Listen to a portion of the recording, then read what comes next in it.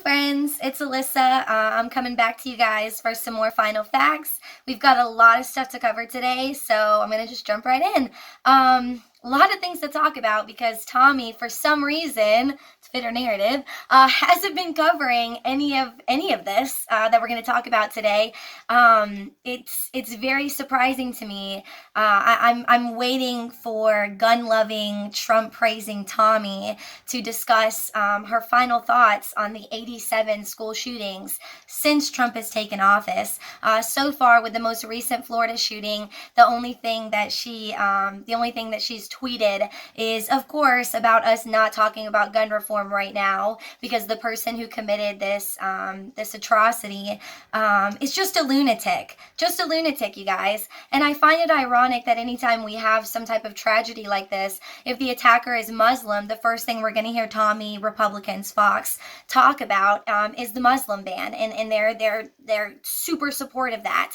And anytime Trump or anyone wants to hold up these very unique, not very often situations of someone dying, an American dying at the hands of an immigrant or something along those lines, we see a push that we need to build the wall, and of course, if it's a black person, if the suspect even gets taken in alive, because that never even happens, we're just going to talk more about cops and more prisons.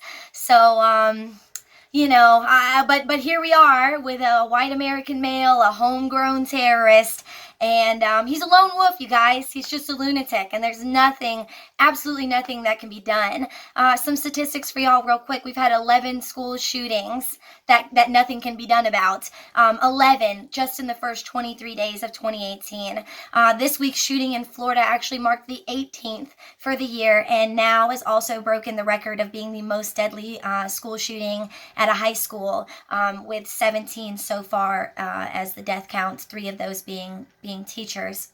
We are actually right now, just to look at it in a more broad sense, not just school shootings, but shootings in general in this country, we're averaging so far this year 1 every 60 hours. But there's nothing that can be done about this, you guys.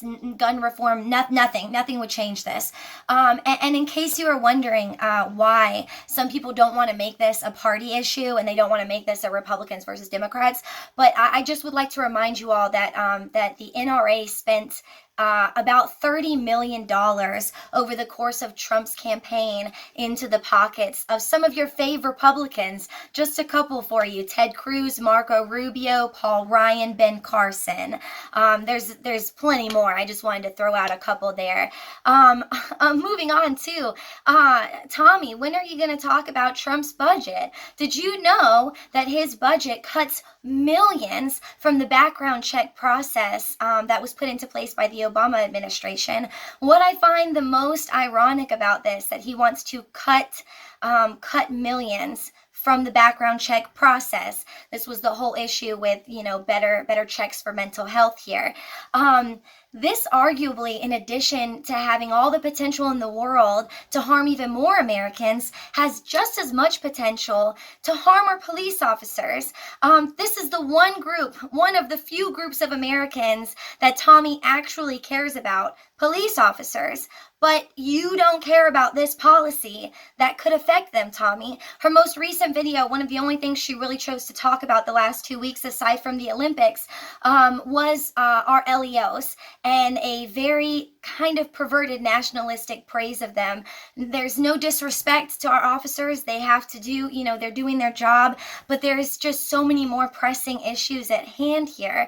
One of these issues actually that I do agree with on Tomi wants better pay and better training for our officers. And the thing is, Tomi, you praise Trump, but what has Trump given in regards to any policy or money or anything to make a difference in the pay and training of our officers? Because the last time I checked, all I saw him wasting money on was the $10 to $30 million it's estimated this military parade is going to cost. Why can't that money go to better pay and training for our officers? Why can't that money go to vets? People that, Tomi, you have said that you seem to really care for, that do deserve this attention and deserve deserve this care. Tomi's main point with her LEOs, last thing about shootings and police officers before we move on. Tomi again wanted to propagate this war on cops by using the statistics that 2016, it was in fact the deadliest year on record for cops in the line of duty. However, what Tomi failed to mention was that just in the last 5 years, we actually saw 2 of the least deadliest years for cops over the last 50. 2013 and last year, 2017, we saw the least amount of cops killed in the line of duty over the last 50 years. So obviously, again, Tomi, we know you like to just pick and choose whatever it is to fit whatever you're going along with, whatever Fox is telling you to talk about. So moving on, because there's a lot more I want to address here. Sexual assault. Tomi, you have put partial blame for America's sexual assault epidemic on women and victims, women or men, whoever, victims of sexual assault, not coming forward or not coming forward soon enough. That has come straight out of your mouth, Tomi. You've said that. Sorry, guys, keeping my notes here for me. So you never mentioned it. You've still never mentioned this, Tomi, but I don't know if you've been keeping up this year with the Larry Nassar case. There was 150 women and girls, 150 victims that came forward that led to his conviction. And, Tomi, I'd really like for you to tell me and tell any of those women that went through this. I'd love for you to tell us that they did everything that they could, that there was no way that none of those girls came forward. And also, I want you to tell me that everyone with power and influence in that situation did everything they could to prevent it from happening. It's a lie, Tomi. This idea that you want to try to blame the victims, it does nothing to help this epidemic of sexual assault. It only adds to it. Let me further disprove your point. There was a 9th grader in Florida this year, the story has surfaced, who came forward almost immediately within a good enough, what Tomi would consider a tangible enough amount of time. This ninth grader, a student in Florida, was raped by 3 of her male classmates, and she came forward, and you know what happened? She was actually suspended right alongside her attackers. She did what you said, Tomi. She came forward, and nothing. It didn't help. It didn't help in the slightest. And moving on now from sexual assault to scandals. Wow, how many scandals we have had with 45 and his administration that Tomi, Fox, Republicans have all, kept quiet about, swept under the rug, not given it near enough attention. Rob Porter was hired by 45 and his administration despite their knowledge of 2 credible domestic abuse cases filed by his ex-wives.